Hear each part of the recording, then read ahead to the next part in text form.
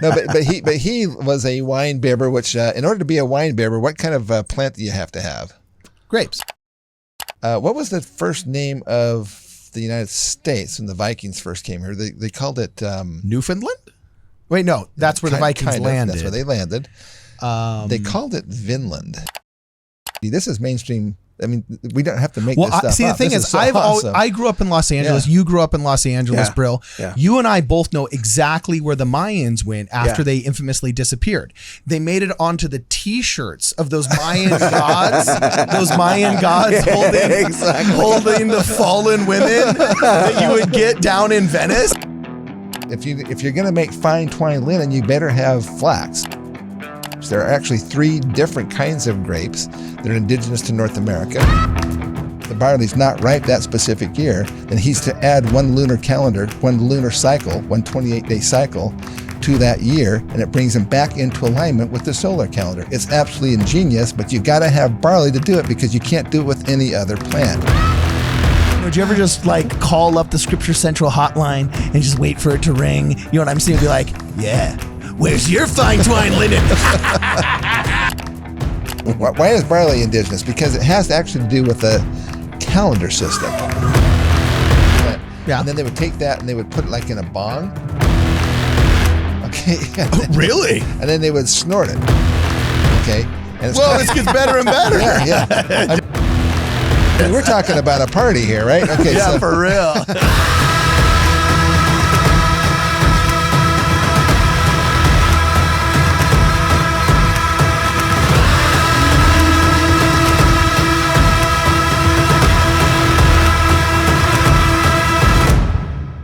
Welcome, ladies and gentlemen, back to WardRadio. I am your host, Cardin Ellis. Today I'm joined in the studio by Brill Hernandez and Heartlander of Heartlanders, Rod Meldrum, to continue a conversation that we had in the most recent episode about plants and animals of the Book of Mormon, according to the Heartland theory.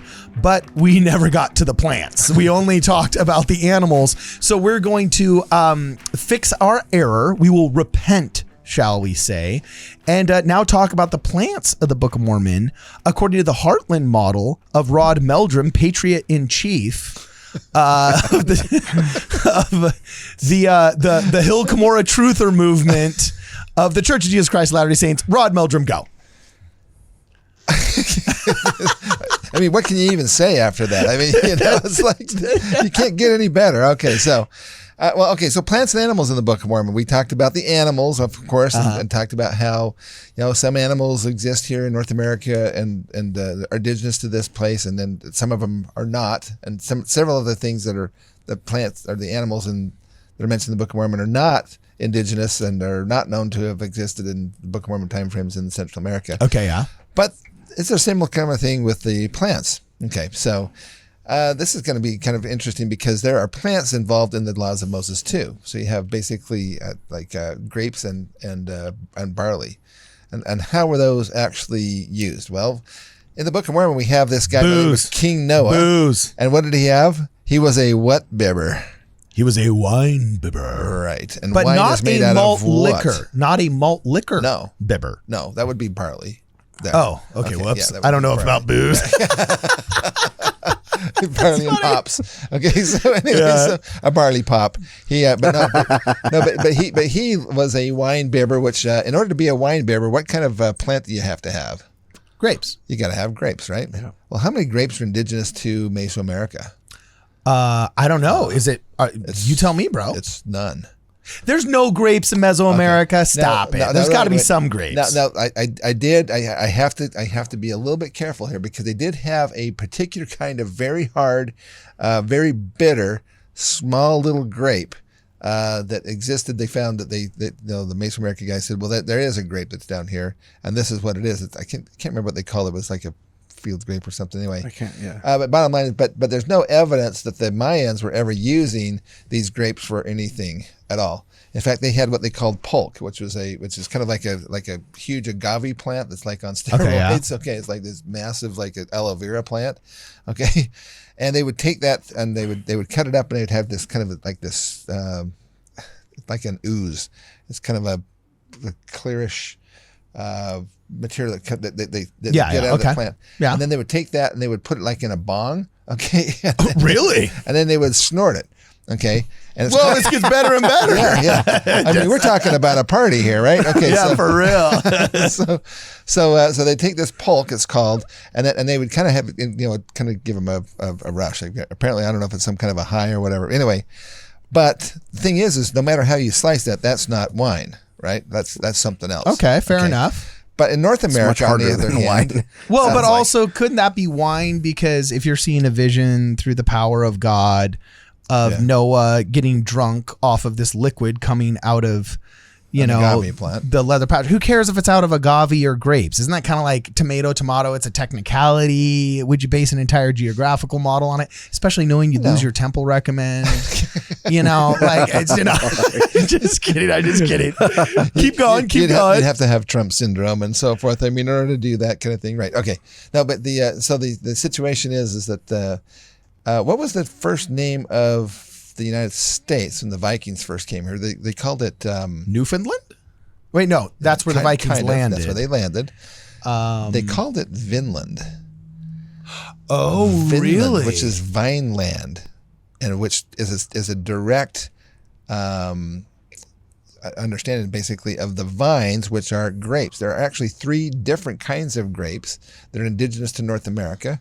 And even to this day, when you go up through New York and so forth, you'll find all kinds of wineries and grapes being grown there today.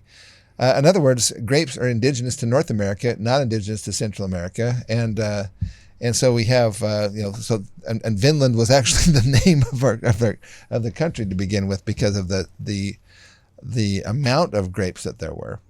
So wow. That's another interesting factor. So let's talk about barley for just a second. Well, before you go any further, I'm from California. I've always said if I weren't a member of the church, I'd love to own a vineyard or some kind of orchard. Like I would love to be a gentleman farmer like George Washington, right? Yeah. That's always been one of my dreams. Yeah, totally. Yeah. Or an avocado. I could do an avocado orchard. There's some really cool stuff you can do with avocado as well. Yeah. But either way, the whole science of how you put it in barrels and you cure it and this and that, I just find intriguing enough that I think I would enjoy it. Yeah. But are the grapes that we cultivate for wine or that they've cultivated worldwide for wine, are those indigenous to North America or are they imported? Because if we're just, like cows come from Asia, for example, just because there's a lot of cows in North America doesn't mean that 3,000 years ago they were here before this place was settled. Right. So are the grapes that we have here indigenous? Are the grapes that the Vikings saw grapes that could be cultivated into wine and that the local Indian tribes had cultivated into wine? Just because, some dude in a Viking boat saw some grapes somewhere doesn't necessarily mean that, they're the proof of the Nephites in the Great Lakes area, right? Right. I mean, that is a good point. That's part of the reason why it's so important that we have multiple converging information. So when you see this on its own, this doesn't prove the Book of Mormon one way or the other. Okay. It does, I think, though. I mean, you don't. It's kind of like Occam's razor, right? I mean, the answer that has the least amount of caveats is probably the most likely real answer, right? Okay, sure. So when it comes down to the grapes and that if you assume that grapes are that wine is made of grapes, which is pretty much everywhere around the world. That's what it's made out of. And then you have 3 different kinds of grapes available in North America, but you have no kinds of grapes available in Central America. Which is the most likely candidate for the land that is being talked about in the Book of Mormon, where you have wine bibbers? It's not just grape juice. Some people go, well, wait a minute, they're just talking about grape juice, right? And no, they're actually talking the Nephites made good old fashioned, alcoholic wine because they gave it to the Lamanites in a couple of cases and got them good drunk, right? Right. So this was real wine. I mean, this is one that wasn't the fake. You know stuff. what I just realized? You sound like every dude that gives his 30-second to 60-second explanation to that Scott Walther guy on America Unearthed. He's awesome, right? isn't he? What I'm saying? Oh no, I love that show. I love that. Oh my gosh. I love the show. So great. Half those people I think are bonkers. I'm not saying you're bonkers, okay? But half the people he interviews I think are bonkers, but they're bonkers in the coolest way that I'm riveted and I can't stop watching because the production quality is so mysterious and they got the little digital numbers and letters that go up and saying meeting at this place. And he does the staged phone call. He does the staged phone call better than anybody I know. That, I can't believe these Proto-Hebrew letters are showing up in the middle of this water fountain in Milwaukee Central Park. This must be evidence of the lost 10 tribes of Israel having come up the Mississippi and having fought with the dragon of the Louisiana swamp in 1497, according to this parchment I have here. Who would be an interesting expert on that? It reminds me of a friend. Hello, Dale.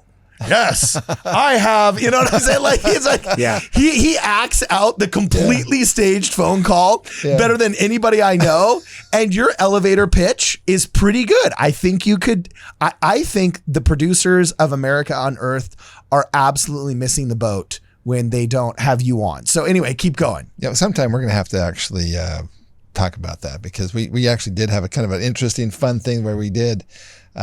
He did a series of shows involving Hebrew writing and Hebrew script and so forth being found here in America. About 7 or 8 different places that Hebrew writing has been found.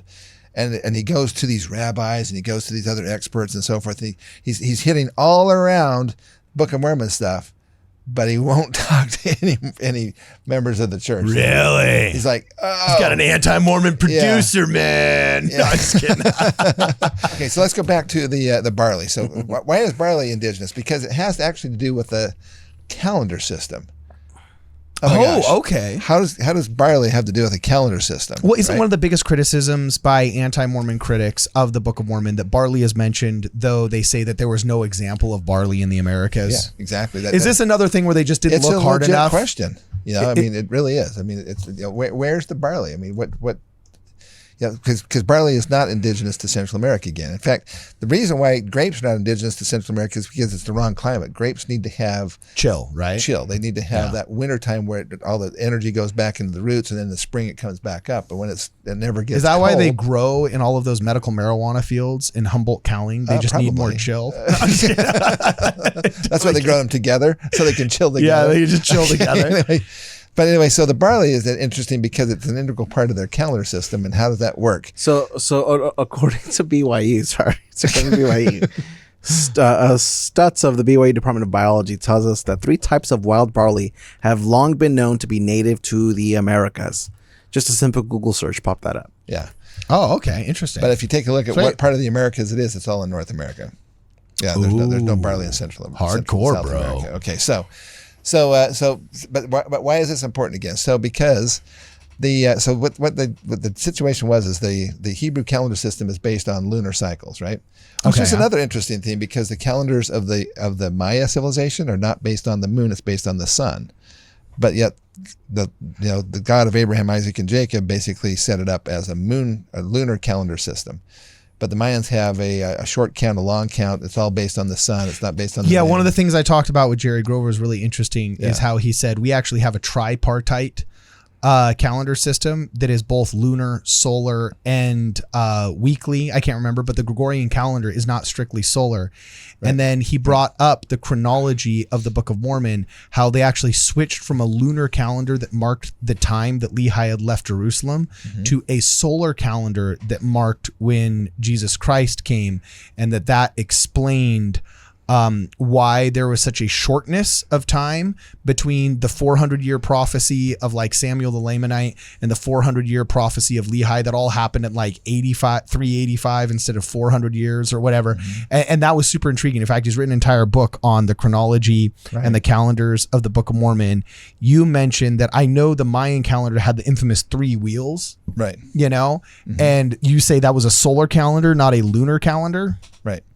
Okay, keep going. As I understand it, and you can look that kind of stuff up. But the other thing is that if the Nephites switched over from a solar to a lunar, from a solar calendar to a lunar calendar. Yeah. Okay. It's interesting, when they found the last Jaredite that wandered into the Nephite camp, they said that he'd been with them for 9 moons. The Native Americans to this day talk about things in moons, right? That many moons ago, for example. Okay. So this is something that is a Hebrew throwback to that. So the Native Americans were still using the lunar calendar system even all the way up till even today. They still do things by the moon. Cool. Rock on. They dehorn calves by the moon. They offer different things by the moon depending on different tribes, right? Okay. Sick. So based on the moon, the reason why this is important is because barley is one of those weird crops where you don't plant it in the spring, you plant it in the fall. And when you plant it in the fall, really? And then it comes up in the spring. It's one of the first crops that comes up in the spring. It's one of the first crops that actually ripen. So if you're starving all winter long, and you're waiting for some yummy, some barley, to eat or whatever, it's the first one that comes up in the springtime. The reason why that's important is because the calendar system when you use the lunar calendar system, you're basically on 28-day cycles, which is also really important because 28 days, if you divide it by half, and you divide it by half again, so you divide it into quarters. It's exactly 1 week. They're 7-day weeks. Yeah. Which is what the Lord also set up. There's no 7-day. There's nothing in the Mayan calendar system that can be divided into 7. So they couldn't have even lived a normal week with a Sabbath day on every 7th day because there's no 7-day week, right? Okay, rock on. Okay, but if you have a lunar calendar, then you do have that. But the problem is that after about every 3 or 4 years, you're going to actually be off because we have 365 days. You're going to end up being about a month off after about 3 or 4 years. Rock on. So the way that God made it so that they could get back onto the solar system, the solar calendaring, if you will, is He gave them barley. Oh, you get it? No, okay. I get the joke. They gave them barley, and this is how it works. They had it so that in Jerusalem they had a very specific plot of land that they would plant the barley in, and then the priest in the springtime, when you get to the point where they get to the very part of the new moon. Okay, so this is the spring equinox. Yeah, totally. Okay, as soon as they see the very first sliver of the new moon coming, they're supposed to tell the priest in the temple, who then comes out of the temple, goes down to that plot of barley there, and then he tests the barley to see if it's ripe. And if the barley is ripe, then everything goes on as planned. But if the barley's not ripe that specific year, then he's to add one lunar cycle, one 28-day cycle to that year, and it brings him back into alignment with the solar calendar. It's absolutely ingenious, but you got to have barley to do it because you can't do it with any other plant. Oh, so it's literally like clockwork, is what you're saying. So it adds. So they'll have 12 months, 12 months, 12 months, 12 months. 12 lunar cycles, but after a number of years, they're going to be off. So they'll add one more. So that year they'll have 13 lunar cycles, and it brings the whole thing back into alignment with the solar calendar system. Absolutely ingenious. Because it was given to them by God instead of trying to figure it out themselves. Okay. But it's also, but you got 3 7-day weeks in there. And so now they can observe the Sabbath day to keep it holy, which is part of the laws of Moses. Right. But they can't even live the laws of Moses in Central America. They couldn't do it with sheep. They had no goats. They had no barley. They had no wheat. They had no grapes to even make the Kadush cup, which is basically the wine that is used in some of the Hebrew celebrations and so forth. None of that even existed. So they had to have substitutes for literally everything.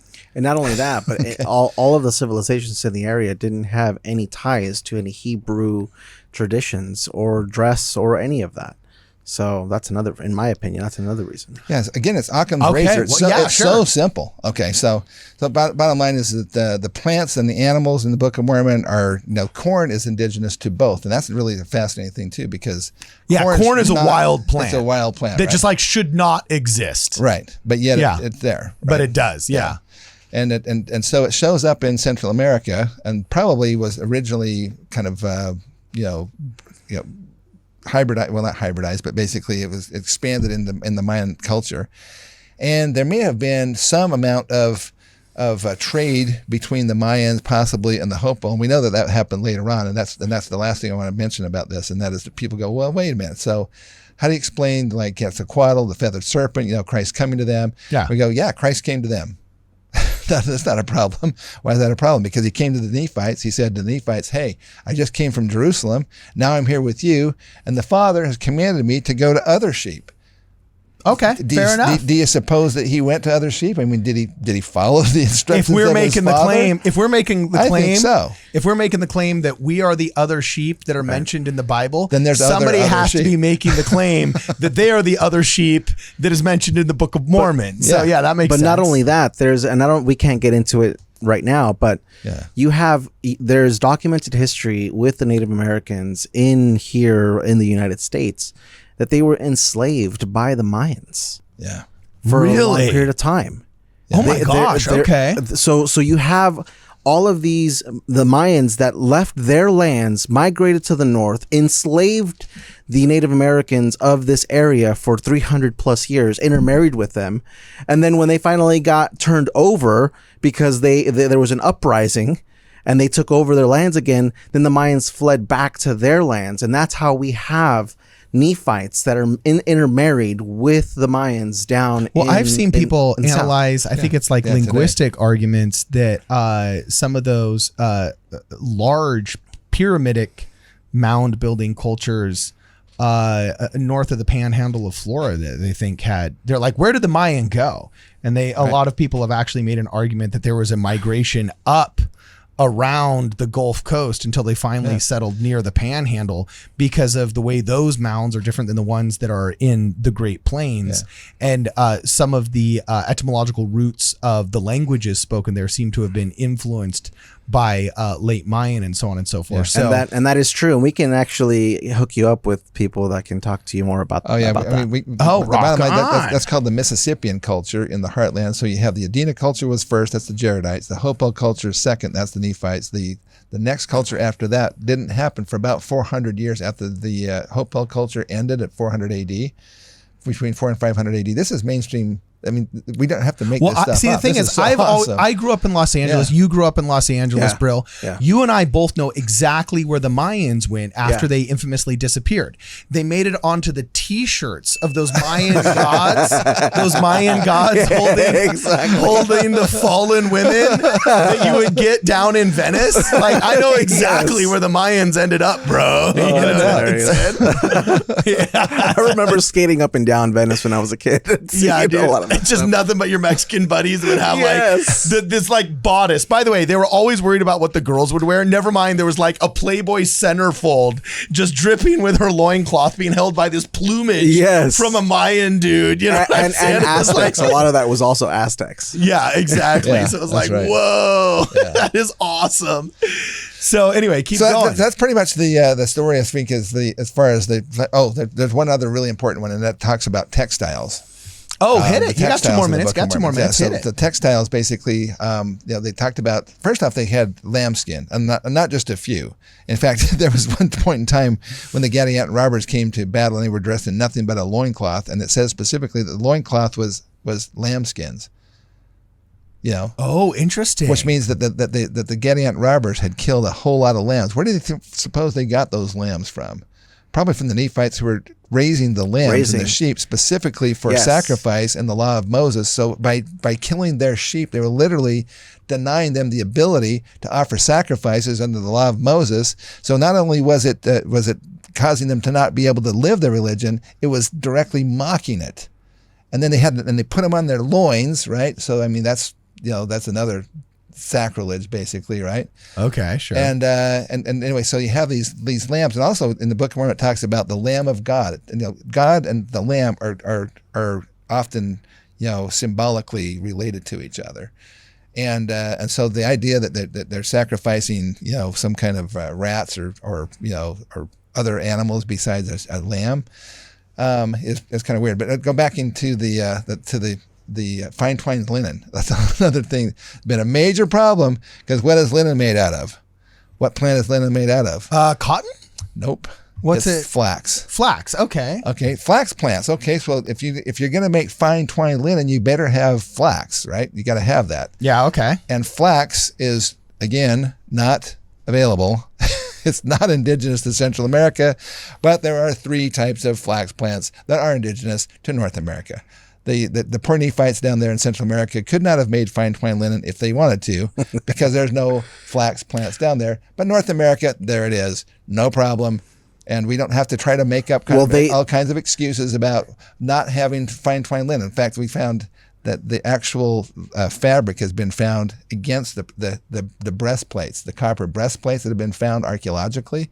Oh, by the way, there's no breastplates in Central America either that have ever been found, but they're all over the place. Almost every major museum that has Hopewell stuff in the Midwestern part of the United States have head plates, breastplates, copper ornaments, silver ornaments, even gold stuff. Wow. Okay, so and all of that's missing. We'll talk about that in metallurgy. Yeah. Okay, cool. Well, yeah, we'll do that. I can't wait for that episode. My last question before we close here is, do you call up Jack Welch at Scripture Central and just like taunt him? You know how, for example, the conspiracy theorists, when they get on Twitter, when somebody always wants to give like some kind of alternate theory or something like that, they say, jet fuel can't melt steel beams. I actually forgot my tinfoil hat. Do you ever just call up the Scripture Central hotline and just wait for it to ring? You know what I'm saying? Be like, yeah. Where's your fine twine linen? And then just like run off like Bowser in Mario. You know what I'm saying? I had to say this, and this is going to sound really awful, but I don't even pay attention to what they say. You fake like Mariah Carey. We're like, I don't know who that is. Who is that? I don't know who that is. That is too funny. Okay, cool. Other than when people bring it up to me and say, hey, they just published something or other, and they say, what about this? And then sometimes Rod, be honest now, Rod. Be honest. Okay. Have you ever prank called a Mesoamerican person? I never have. Just to say, what about your lambskin? You never did that? We've never had that kind of conversation. We've been pretty much censored out of, as far as they're concerned, they've tried to not, first off, they tried to just downplay that we even exist. Okay. But then when we got to be such a pain in their side that at some point, then they said, well, then we're going to attack us. So that's what Fair Mormon decided to do, and just attack me personally, is to say, hey, I'm not. Oh, shut up! You got attacked by scholar Fair and everything else. Oh yeah, that was. Neither was Joseph Smith. Anyway, so. And I don't mind. The bottom line is, I like. The Fair guys are nice. Let people they don't look at all the evidence and let them decide for themselves. I mean, people are big people. They can learn this stuff, and they look at it and say, okay, exactly. I'm making my own decision. But when you start to censor everybody that doesn't agree with you, then that's basically what I think is. I think it's because you intimidate them, because you got freaking just like there's Elvis impersonators in Vegas, you got King Noah impersonators here. You know what I'm saying? They're getting burned at the stake, man. So hey, I'm Elon's priest. That's true. You have been in the actual official church productions. I'm telling you. Good job, brother.